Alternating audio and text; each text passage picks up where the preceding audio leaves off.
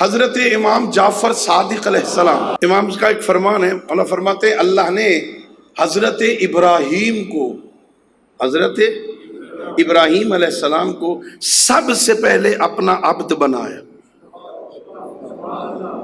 عبد بنانے کے بعد نبی بنایا، نبی بنانے کے بعد رسول بنایا، رسول بنانے کے بعد خلیل بنایا، خلیل بنا کے امتحان لیا، امتحان میں جب پاس ہوا تو امام بنایا۔ ابدیت کتنی بڑی بات ہے۔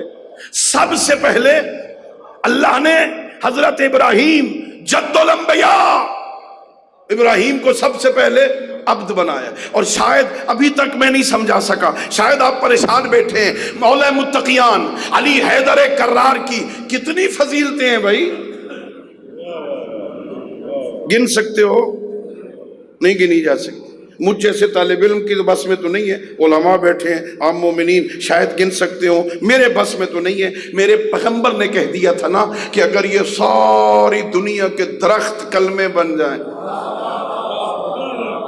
ساری دنیا کے پتے کاغذ بن جائیں، فرشتے لکھنے والے ہو جائیں، سمندر سیاہی بن جائیں، سیاہی ختم ہو جائے گی، کلمے ٹوٹ جائیں گی، لکھنے والے تھک جائیں گے، حساب کرنے والوں کا علم ختم ہو جائے گا، علی کے فضائل ختم نہیں ہوں گے۔